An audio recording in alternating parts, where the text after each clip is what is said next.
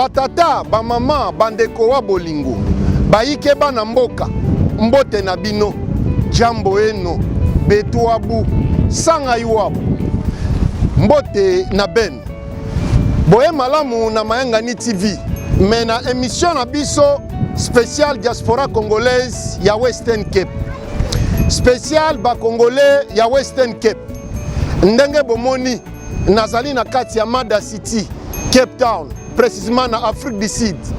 Baike bana mboka bola muka na ndenga ya batu lampaka ba mona mpeledi vient nga Zakari Baba Swele Mola na pesio mbote. Depuis Mada City, Cape Town. Mwana mama kalanga na yepo na koyebisa bino ma idéologie koleka na kati ya Western Cape. Bino bandeko na biso ya mbongo mabende oyo bokei koteka communauté congolaise ya Western Cape na union sacrée kuna na Pretoria. Vérité yango eye. Boyaki na lukuta ya mbangu bokanisaki vérité goyate. Voilà vérité yango eye na kati ya Mada City. Mais tokoloba na nani? Na koyambela bino lelo info ya bakapa. Nana za info bakapa. Ah, info bakapa vraiment info bakapa. Okoyi koyate vraiment na ebite kwa vraiment. Nazombela bino info bakapa. Cordon ya DCWC. Eh vraiment ba mindele ba kozwa biso ba photo vraiment ba na ebite kwa vraiment nga mwana mama kalanga vraiment. Nalobaki balobi o mbongwe bungi. O bateki ba congolais na kati ya union sacrée. Toambeli bino info bakapa. Ah, na ebite kwa vraiment.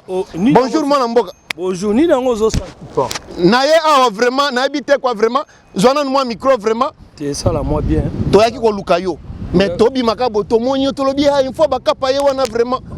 Oh, mwana mama kalanga. Mwana mama kalanga ye vraiment. Mais oyo eza musala déjà na yekola déjà. Je sais que tu vas servir vraiment ngana mwana musala vraiment voilà. Vous en a droit. OK. En tant que la président de la communauté.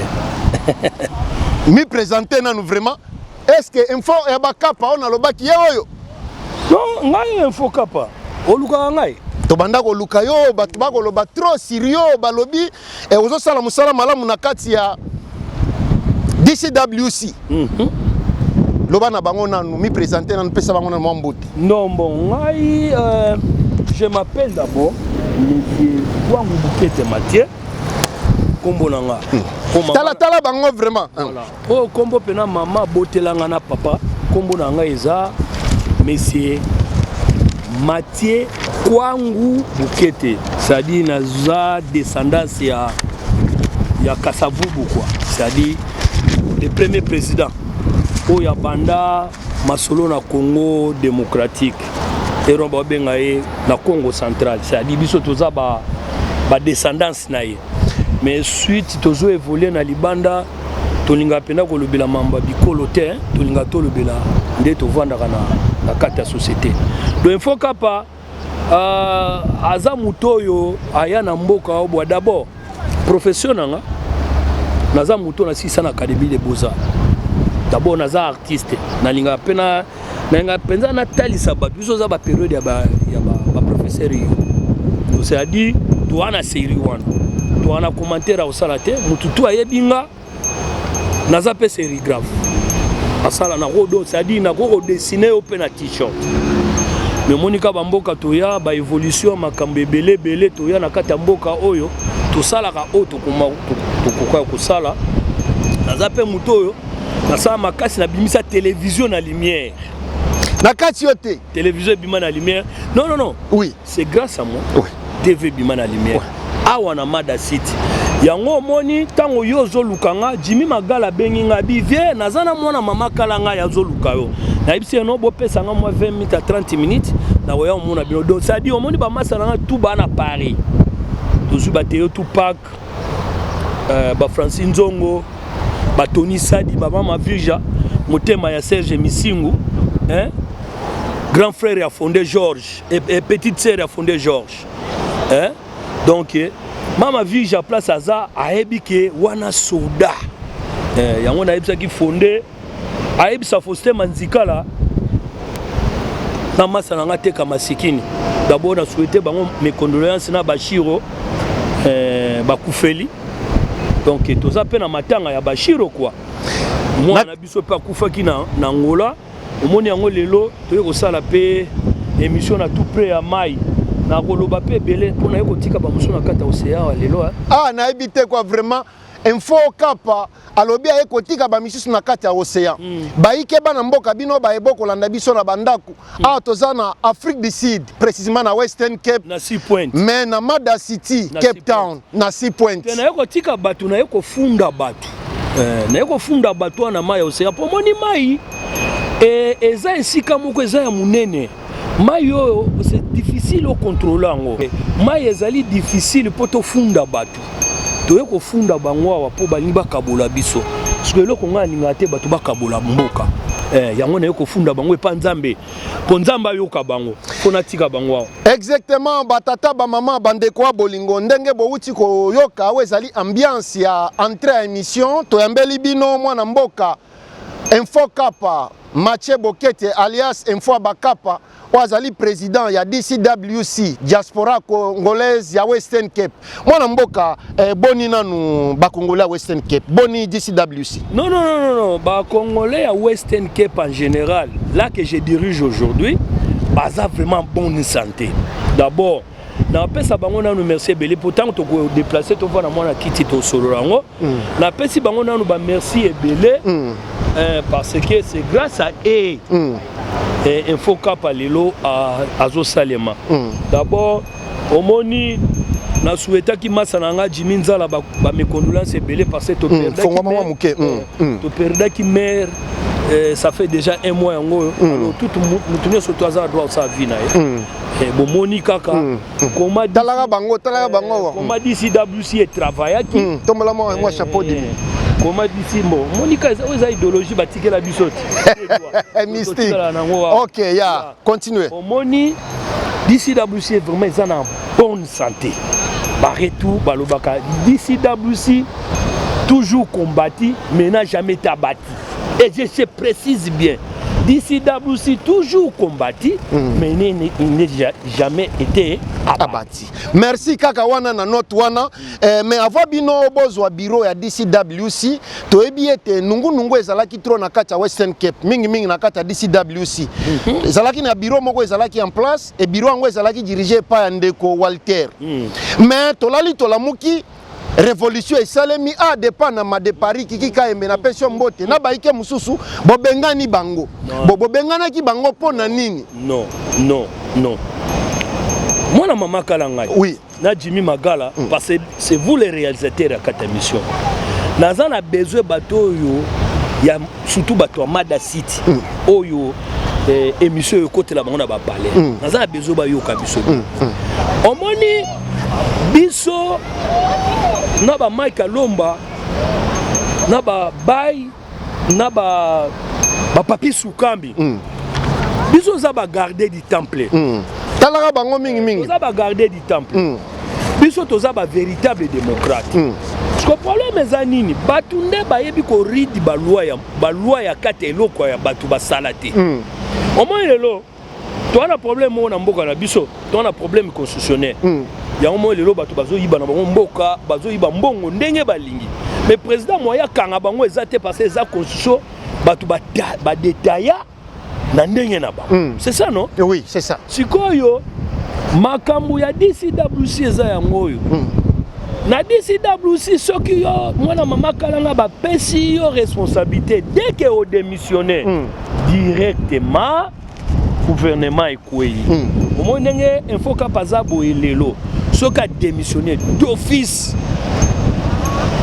gouvernement ekwei do ba masaku ba ema mavungu ozolandanga Paul Mukendi bango tu bakwei sikoyo bandeko na biso wana bango bazwa ki responsabilité mais na kati ya responsabilité wana bazalaka na besoin ba changer combo place ne problème etomba yango wana mais babengana bango te en tout cas avec tout le respect na polo bateke Walter asala musala mais problème ezake na simba nango bazwa gaz nde bazaki na besoin ba c'est-à-dire ba diminuer DCWC ekufa po bango bakende liboso.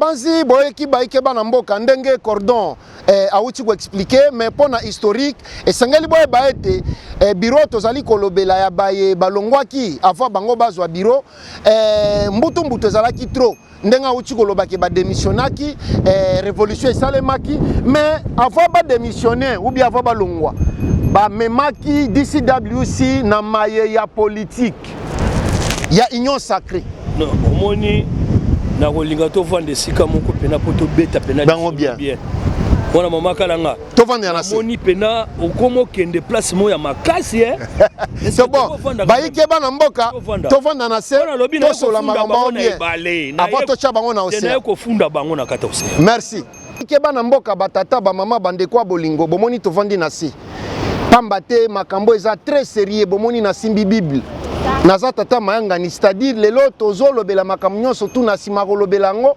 tozwi bato ya milimo mabe bato ya mbindo tobwaki bango na océan ndenge tovandi boye nsima na kamera toza na océan Indien na océan Atlantique mais bakobwaka na océan nini yango tozokoma wana mais lokola momesano tozosola na mwana mboka cordon ya DCWC diaspora congolaise ya Western Cape mwana mboka tobanda kobeta masolo ya bureau ezalaki avant bino bozwa bureau po bakotisi mbutu trop na kati ya communauté toyoki bamisu balobi bakei bateki communauté na kati ya union sacrée mais bamisu balobi ke bazwaki ba contact na union sacrée tango bazalaki na kati ya DCWC bon yo lobi ete ba démissionnaki suite ya balingaki babebisa power ou bien ba diminuer DCWC bon yebisa biso basalilaki image ya DCWC po bakota na union sacrée bon elo mona ngina loba boy omoni mutu nyonso tuna mokili azaka na ambition na ye omoni ambition ya mutu tokoyeba te objectif mutu azokanisa nini mais les contacts oh lelo faut talaka bango les contacts oh lelo ezosala ke o mutu mususu asalema c'est-à-dire euti na ose ya DCWC po bayeba moninga lelo eza différent nga asala makasi na yebana d'abord puis un journaliste batutu bayebi po bakopesa na bateme tout moi na mbada site eza na place moko te batu babosani ngai nde nalobaka banda na Atlantis ti banda na Fichuk ti na Atlantis ti na frontière ya Midges Plain batutu bayebi fokapa mais eza batu musu bayebi bango te c'est-à-dire po bazwa lumière wana bazwi yango au sein ya DCWC oui c'est-à-dire tango batu ba remarquer que bango bazaki na posa ba déstabiliser DCWC parce que ba kolona ngo baza monde to vania mwana mama kalanga ba kolona ngo bazali ba o ba benga pena ba yandrua eza lokola ba infokapa bayandroit eza lokola ba Jimmy Magala ba Musa Kasongo bayandroit eza ba Jimmy Mazala ba Kiki de Paris bayandroit eza ba Fondé Georges ba Serge Misingu bayandroit eza ba Mama Toto ba mama nyonso ya Cape Town bango ne bayandroit siko tango ba Monique bino boliko pebisa eloko na bango ba sepela na bino te yango moni équipe à révolution esalemaka ba Emma Mavungu ba Kiki de Paris ba Fiston Loya ba Masako basali revendication balobi tete na bapazi masamba babite eloko niveau bino bakumbela ngo eza yango te mais bazwaki déjà prise de contact na bango na makambo lelo oyo tokena ou découvrir à partir à Pretoria ozo comprendre makambo nini on a maman kalanga là vraiment na comprendre noter yo olobi bien que les journalistes d'investigation oui mbebele déjà au découvert oui on dit le solo en bon to peut-être rater le solo en bon chaque fois et c'est comme takatana lokolo zomona so déjà loko eliami ça ba ben on kaka monde ya kinawa monde ya gender ozolanda gender salima balia esila siko to sa nini mais nakati wa malobate est-ce que to kono sona te na kati ya maloba te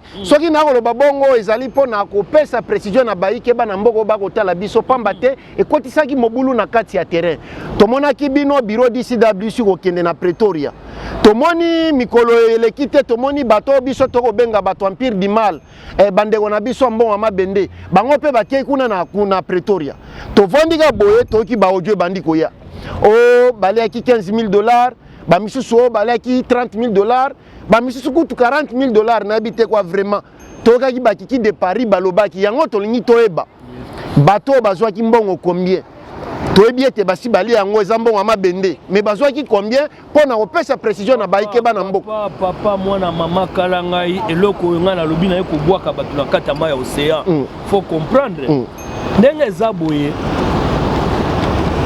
biso na kati ya bureau toza nango lelo oyo tozo kocoordonne masolo tokendaki te na Pretoria po tokende koyoka masolo ya basongolo pakala tala bango vraiment expliquer bango vraiment na Pretoria po toyebi ki ambassadeur abengisaki biso na bandeko na biso ba Olivier Kalenga ba o bazali ba organisateur ya MDC bango nde baza ba organisateur parce que loko MDC wana e banda kala biso na bango ozolanda tokendaki po tosolo na ambassadeur okota to avant tokota na porte nde place toyaki ko découvrir que mbongo moko ya na compte à DCWC à cette époque là nos frères po nako sitaka bango ka te po no pesa bango lupemba te benga bango bandeko mbongo mabende ezali bazaka bandeko bon ndenge ka yo lobi wana ozo comprendre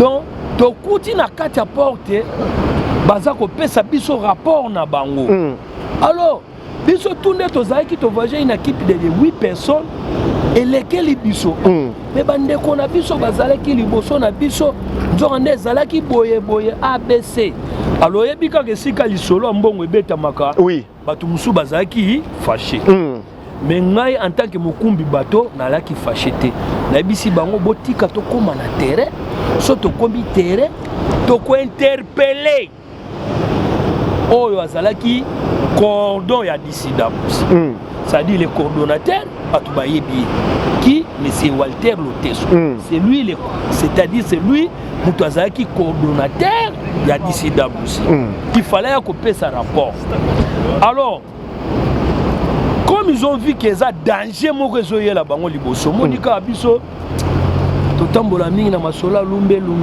ba massa incompréhension sikoyo la pire idéologie biso ça ba combattant vraiment tozo cracher makamute na monde entier biso pena toza ba vrai résistant oyo tolingaka masolo ya mabete alors tango bango ba remarquer que danger moko ezoyela biso bazusko ba misa na biso tolitaka na bango ba composer loko na bango oyo oto bonye ngo monde tribal tribalisme yes au président de la République azoboya là on a regretté les que si réellement que Thomas Azoko recevoir Batuya Azo composé par exemple une eau sacrée où ils ont toutes les tandis qu'il y a Afrique du Sud Mobimba mais na Western Cape toi na Batumo comment on posait tribalisme c'est-à-dire Boke Kabwani tous on a combien de personnes ah on a kata Western Cape yango na ko gagner la bango mai azwa bango omoni na distraction obino boyena ngona kata mboka oyo ngana eko tika bino na ibale nzamba azwa responsabilité na bino obiso bana Mada City toza bata ko kabola te biso toyeba ke soki osombelinga gâteau na kolia somelinga sucré na kozwa belelo sucré na yo ekomelanga kilo yebi oui so sombelinga sucré koma kilo yango na eko funda bino na mai nzamba azwa bino okabola biso na mboko te bayike bana mboka tozali pembeni ya mai donc ndenge tozoloba boye océan Indien ezotala biso océan Atlantique pe ezotala biso donc ndenge eza wana ndenge mwana mboka infoka pauti koloba tozobwaka quelque bato na mai lelo avant émission esila tozobwaka bino na mai mais bino banani bokobwaka na mai bobanga te bolanda na émission tina suka mais nalingi na s'adresser na ndeko Thomas kombo na nani Thomas avec tout le respect Thomas oyo professeur Mbata à lobby que c'est lui le responsable il y a Union Sacrée Afrique du Sud. Ndeko Thomas. Non. Écoute mes chers frères. Tala, omoni mboko, omoni Western Cape. Biso to salam. Vous comprenez? To salam on a batté Kamasikini, ba Mike Lomba batté Tupac. Hein? To salango ebele. Osolo bina lo banaliste. Mingi bape ba côté na sema belé. Pe mingi le lo baza vivant. Omoni na Western Cape to hôtel mais la bino to lobi bien. Mamba Djobourte, Makamba Pretoria te. Le moni na Western Cape. Soki bo osala activité sans que biso ba Colombo ka oyo. De to kolelia. To lobi te ke biso toza ba Colombo ko ba Sud-Africain. Le biso to kolelia. To boti banawa. To zotangisa banawa. Thomas. To zo ko avertirio awa na Western Cape. Soki bo associé DCWCT. Ayaya. Eloko ekozala wati. To combattre bino jusqu'à début à la fin.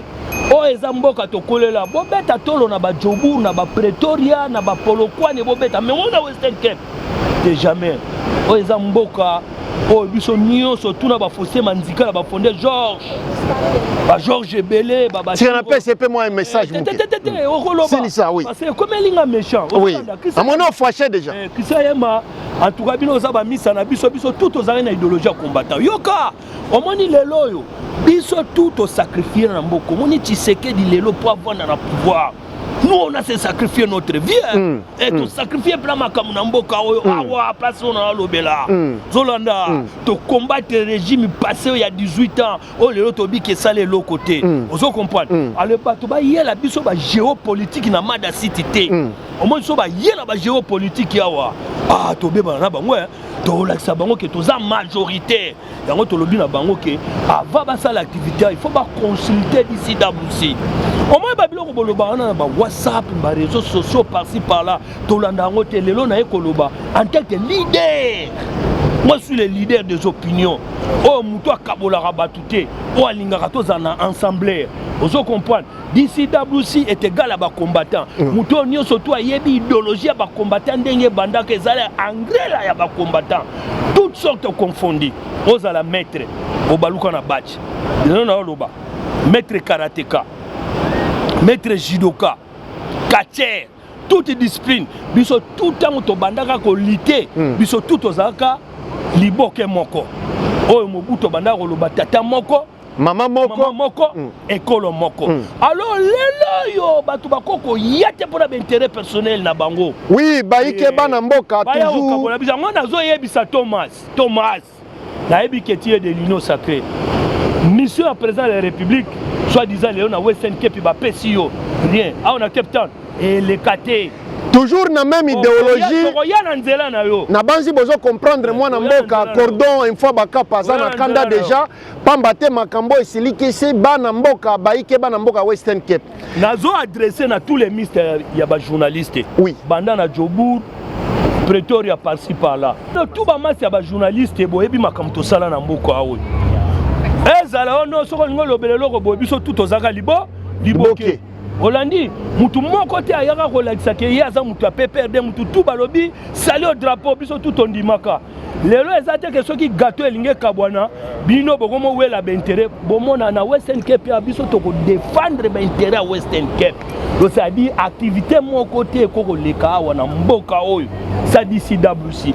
DCWC est égal à rassemblement populaire na Western Cape. Ozo comprendre ba tout bayebi même ba defé mbolex ba kenda bayebi makambo so to bandu ko lobana bango ba se quoi ba defé kati so to lobi na bango ba cimetière place to kunda ba massa na biso nyoso to ya ba combattant to banda ko se kusa bango ba ko loba siko lelo ba tout moko ba ye ono bango ne ba monopole.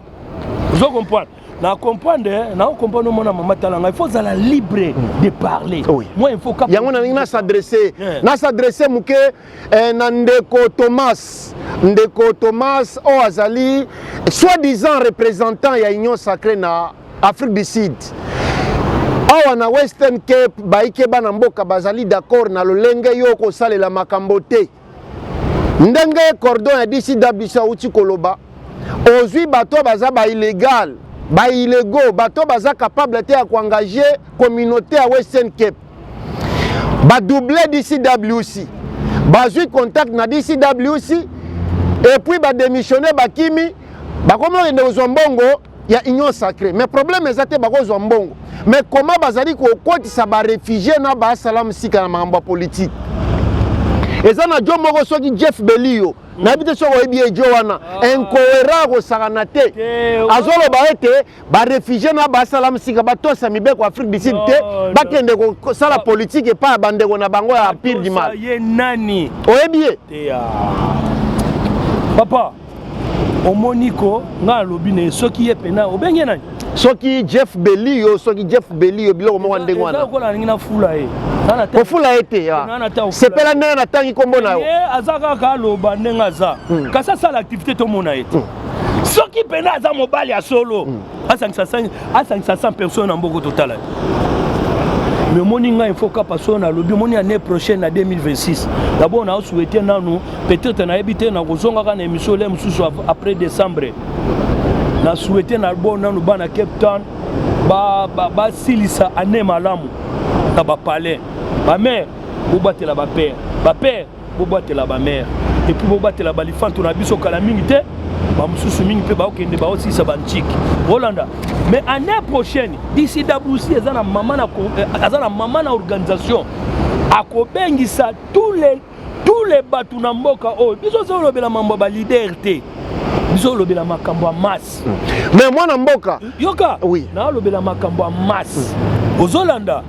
Pendant na Woodstock, Salt River, na Basalo Kenzo, tomona ki yango na matanga dimi. Tozo mobiliser bango na ba maman nyos tozo mobiliser bango na 2026. Ndenge zabo et la communauté doivent prendre ses responsabilités. Vous comprenez? Biso na Western Cape, tozo kende sikoyo kala mingi te toko salisa vote, tozo linga to binisa qui serait le président de Western Cape. Yangwana makamba DCWC. Landanga bien. Together ba organisation ensemble toute l'organisation batutu baya ko bimisa qui va diriger Western Cape. Alors ce que totala ba eloba nango nani somi bana teme wana vena nga Faustin muto itizango bangungi total bangungi soki bakoloba devant il y a 200-300 personnes total à bango. Mais nazana moi question moko ya ngana baike bazotalo na ndako to comprendre que outi koyebisa biso ke même soki oboye kotanga ba montant o balie mais bazwa ki mbongo na compte ya baike bana mboka Western Cape balie. Non, yango na lobi babeta kalisola sapatu te sika mutakata nolo lokolo. Na kombo ya DCWC tango bango balaki bakonzi. Ils ont reçu cet argent. Bowanga na lisusu. Non, ils ont Bozowanga na pona nini? Non, ils ont reçu cet argent. Mais tokoloba montante, koloba montante. Papa. Mais vous comprendre que déjà soki si Eliami. Mais ce qu'on va on tabalia yango. Mais okobaka bango na mai, océane no kobaka bango. Na to ekotika bango awa. Balia na bango mbongo ndenge balingi et ça nango pe lorote. Et puis pe batongi pe ba immeuble te. Vraiment. Mais toujours vie ezanini. Vie ezo continuer. Vie ezo continuer alors na ebale mbongo wana. Tango ba sentir que il faut commettre à genoux devant DCWC parce que il y a une puissance à DCWC. Il y a un moni bake ko sala coterie nationale. Oui. Tribalisme. Non, eloko wana. Il faut na lobela eloko wana. Il faut na beta site. Makala ngai nazo ebiso naza vraiment déçu. Pesa ngana moi 2 secondes na beta. Eloba nango masaku VIP eloba nango Fisto Loya communauté eloba nango VJP wasuta. Non. Omoni ba vie nanga pif. Ba Lambert Mouya, ba Mr Belé.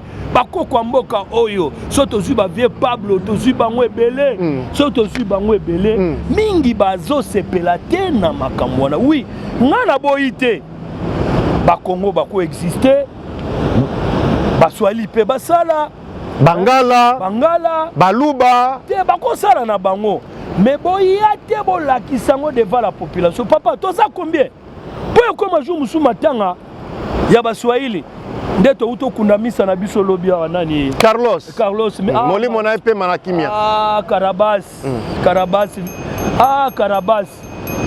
Muswahili ndeko Obama Victor Karabas wana pire masa na ye bana tu ya wembe pena lobi bazaki na mawepa nkoi balaki na mawa ya danger ozo comprendre mais balobi destin c'est ça destin wani surtout ekoya monde to sala émission boy mai pe ko ya pou ememi biso photo to accepter ça dit l'art eliama mais toko kone ko betaka lisora l'arte ko biso si to simba pe bambongo koleka bambongo bango balewana papa oyebi depuis to banda combat oyebi to dépenser combien soki lelo to lobi to laksa ba monta to dépenser soki to zui nani fondé bola abanda ko dépenser combien bateyo Tupac babanda ko dépenser combien bakiki de Paris batiangu hein petit nanga misi oyo lelo akufa a dépenser combien pour na makambo dollar eza rien pour na bino papa batu ba dépenser bala rebele na makambo ba betela ngo tolote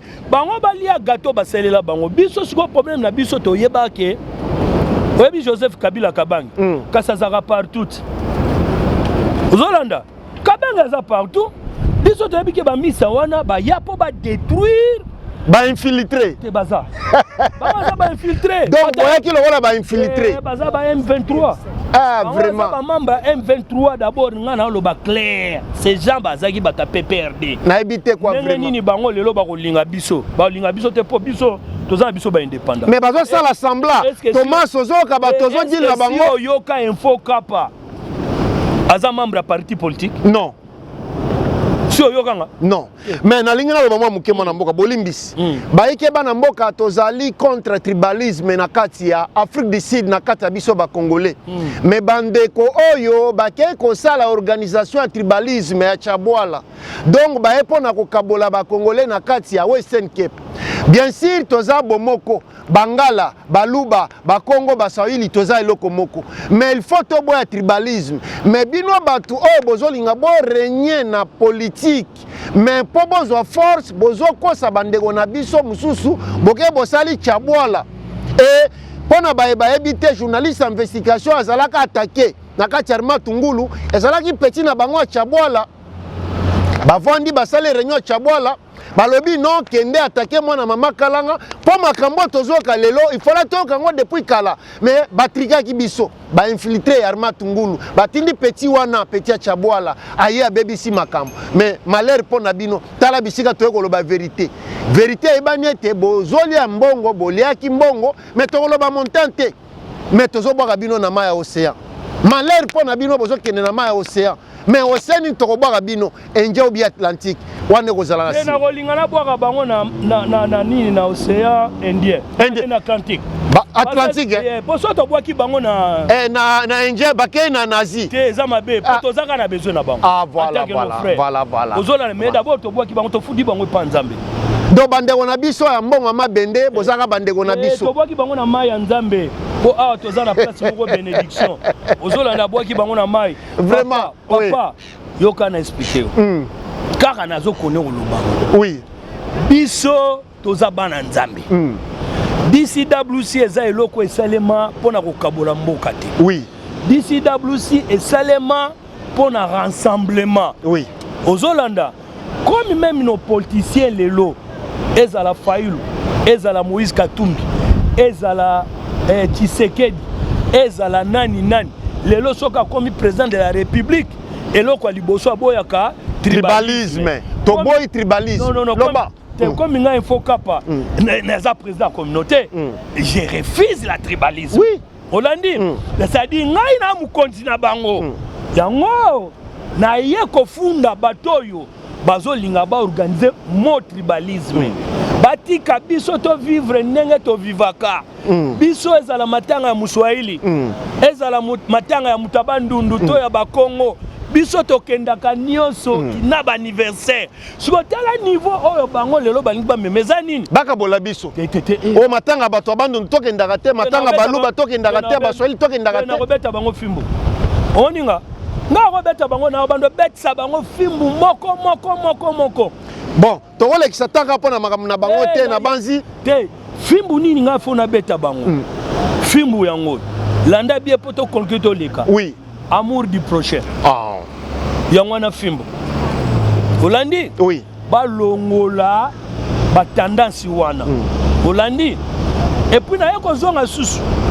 Na moni eloko musu esalemi rassemblement pour na ko rassembler bato Afrique du Sud mobimba. Oui. Na mona yo pe ozolobela. Naza pe moko kasi wana. Totanga ko mona ngo kaka vraiment po baiki bate. Mais tu as droit de citer d'après tout.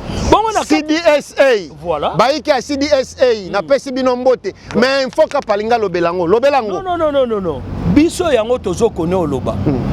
Torobo ya ba organisation te batu ba buli bazana. Mais baye ba ke mboka na mboka ezana ba continent. Ngana lobi bien ba sala yango ndenge balingi. Ba kabola na bango ta gato ndenge balingi. Ozolanda. Mais biso tozo défendre Mada City. Biso tozana biso kana Mada City. Western Cape. Ah na habité quoi vraiment. Na terre ko wela te o Joburo nini o Afrique du Temoninga ngana obatela Liboke. Webi Liboke. C'est-à-dire Western Cape batutu bazana kati ya Liboke. Moko. Bango nde na protéger na pona protéger Liboke. Liboke wana yango nde président de la République azana ngo. Force. Oh ba force info kapa yango wana. C'est-à-dire ngana za mutaliboke. Na moni bato ebele bazoloba oh non d'ici WC yango na bike Liboke wana année prochaine nazo saisa congrès pour na rassembler bato. Toye ba pe ko kanisa ka ba massa na biso pe musuna ba ya na biso na ba leki na bana basi o musu bazana ba difficulté par exemple bana ba prison bana ba place ebele siko tozo se sentir que toza lokola na responsabilité maintenant à y assumer. Yango la lobby papa maman bino batu bozoya na monde à tribalisme omoni mayo nzamba zo responsabilité na bino na kombo na Yesu Bosambwe baike bana mboka ndeko Mbata ndeko Thomas problème Union sacrée azokutana nango na Western Cape ezake boke kokutana na bato ya mabe bozwi contact na ba tribaliste bato yo bazolinga ko créer ba structure ya minoko mboka pona ko écarter bato ya minoko mususu et ça ne va pas marcher. Et puis le message adresse à monsieur l'ambassadeur. Biso tozaki na Pretoria, nous n'avons pas de commentaires à faire. Nous ne voulons pas la tribalisme. Le seul message au PESA qui biso lobby qui est aux ala ensemble. Mais na Western Cape, c'est DCWC qui dirige. Alors, il y a un lobby. Quand c'est pas mécanique nos activités moko, pas mécanique moko. Le lobby bien. Bah au moins biso na nzela na bango. Nalinga na pesa conseil muke. Ndeko Thomas. Soki olingi Union sacrée est vrai na kati ya Western Cape et sengeli ozala clair. Oya o contacter ba organisation ezo sangisa baike bana mboka nyonso tout. Ba organisation eza na tribalisme te. Yo ke kokutana na ba organisation ba tribaliste. Basali organisation ya Chabwala eza pas même na 3 mois aller au signer na bango opesi bango mbongo. Kaka wana te. Bato oyo esengeli baye ba ete na kati Afrique du Sud tozana ba Congolais ba vandi na DX tozana Immigration Act oeza bato ba ID bato ba permanent residence bato ba work permit toza pe na bato ba vandi anda Refugee Act bato baza bato ngunda na ba salam sikas to ba demandeur d'asile zela na sisa wana. Alors photo sa rotation oui zela mais eloko zo lobela wana c'est très important oui alors problème ezali te kopekisa ba Congolais surtout basa la politique te to ba s'intégrer na Union sacrée te problème biso média mayangani TV toza nango eza ete baye baza na droit ko s'intégrer na makambo politique ya Union sacrée eza bato baza under Immigration Act bato ba permanent résidence bato ba work permit bato ba résidence mais bo sangisa te ba réfugié na makambo politique bozo tia baike bana mboka na libulu et yo Thomas oyebi yango te professeur Mbata oyebi yango te mais ba coopéra obino bozu awa bato organisation tribalisme bazwi ba réfugié bache bango na kati nazotanga kombo neti ndeko Lorenzo azali na groupe ya ba New Camp bato ba réfugié mais ye même ndeko Lorenzo ake akotisi bango na Union sacrée ou bien s'intégrer na Union sacrée ozomona ete bozo tia baike na danger yango biso maison média to ko telemela bon na suki awa mona mboka ko continuer na moi non likambo yo lobi oyo to mela moi mai muke to mela moi mai to solo la lisusu quelque part fona boaka bango na mai tozokende kobwaka bino na mai awa sikoyo toke kobwaka bino na mai ya océan. Ah vraiment nazokela bino ma info kapa mais ozobwaka bango tu na mai. Non. Omoni balobi mboka na mboka eza mikonzi nango. Moi j'ai fait mes cérémonies. Oyebi que jour nazwa pouvoir na lata bokokoti. Tomonaki mokile monaki. Koyo bango balingi ba combattre bokonzi yango. Oui. Yango ngai pona kosilisa makambo na ye kobwaka bango na mai. Bosambwe baike bana mboka. Tika bango na kati ya mai ya océan. Nzambe apambola bango na makambo bango bazoya na monde tribalisme. Ah, comprends. Alors moi serais nakozala d'accord na makambo te monsieur l'ambassadeur. Mais tika na loba muke. Bomoni makambo boluki bino bato ya tribalisme. Voilà maintenant siko to okende kobaka bino na mai ya océan. Fona tika bango awa. Na tika bango na maboko Nzambe po balongola monde na bango wana. Ah vraiment. Mabe o bango bazolinga basala wana. Océan Atlantique bokei na mai di. Na tika bango. Pour makango te parce que balobi ke mama o babota biso bazonio kwama. Ozolanda. Ah vraiment. Na habité quoi? Soko zui Mama Blessing. Mama Micho, maître ninja na pesi mbote Mama Micho na yango moni na yeko tika bino na kati ya mai to tika la awa bolongola. Mais na linga ki afasela sela na momkena na senga na info kapa. Po mai yango yo se yango vraiment na lobi to ko limbisa bango te vraiment ozobwaka bango tuka na mai vraiment. Bango fo batika la nano po balongola makamba tribalisme. Yango moni na ye awa yango nazoloba parce que biso za ba descendance ya basimo kimbangu ba descendance ya makambo ebele po même président de la république azoboya makambo yango na ye na laver makambo na tika batika monde ya tribalisme na bango vraiment na idéologie batu lampaka ba mona mpele toke ko bwaka bino na océan di océan wana na sima bomoni tozotika bango na kati ya mai awa batika monde ya tribalisme na bango ekoya na kombo na Yesu. Ah ngaye vraiment na okela bino mawa nazomona bino nde bozochola di bato ya tribalisme na kotika bino na mai kotika sorry. CWC ezali papa ezali mama CWC epesi bino lupemba me bino boza kondima yango kaka te bosambwe di bosambwe kolakisa bino océan yango wana komi nga naza mwana Western Cape. Ah na habité quoi vraiment. Ah mazala tika ngai na sokola maboko. Mais zela nanu mamuke s'il vous plaît mwana mboka zela na bondelo lisusu vraiment okolimbisa bango te vraiment ozobaka bango kana mai vraiment mai yango vraiment nga na habité quoi vraiment vraiment mai yango wana vraiment do bosambwe di magala o mai océan Atlantique yango wana oh mai océan Atlantique na okende na bino na océan onde di na tiki bino na maboko Nzambe. Bosambwe. Bosambwe. Songai. Nzambe pambola DCWC. Ngaye. Oh ma océan vraiment na habité quoi vraiment. Ngaye vraiment. Mayanga ni TV a pesi bokoko. Na kombo ya yemoko yemei. Ngaye vraiment. Na habité quoi vraiment. Na tiki yango awa. To permet le tribalisme na kombo na Yesu vraiment. Na bino. Olani mona mama kala ngai. Ouais. Balongola tribalisme na bango. Ozo comprendre na ye na bino na idéologie ya ba méchant. Méchant. La makambo yo bakoko batinda ngai. Na habité quoi vraiment. Ba pouvoir bokoko elobaka lelo na zolo bela pe bokoko. Moni liboke moko. Tatabo moko. Ekolobo moko. Kasi omoni te yango pe simba sali nini? A gagné. Vraiment. Est-ce que c'est donc na sepeli na profiter batelengani il faut respecter des gars qui ont vaincu. Voilà, bon respecter les gars qui ont vaincu di info kapa donc bon voilà siko poto que na clôture poto za yo tele makara na na saka na bouger sous bon moi déjà si na pambolio exactement talaka yo za mona mama kalanga il faut pamboma vraiment za pembeni na ibale message na nga yango pona monsieur l'ambassadeur vous avez besoin d'unité. Oui. Tala est vraiment bien. On a besoin de distraire biso mais biso tozo koloba na Western Cape sans DCWC bokosala rien. Bato nyonso ba memela bino na ba WhatsApp. On a ba nini na pourquoi la seule émission na ligne émission est côté là chaque mois na Western Cape na kati ya palais na yi. Biso toza ba résister to banda makambo lelo te ba be yango te nyesuko on a sacrifié notre vie na matière alors tokolingaka te bato moko baye kaka okozanga mpe mwa ose yango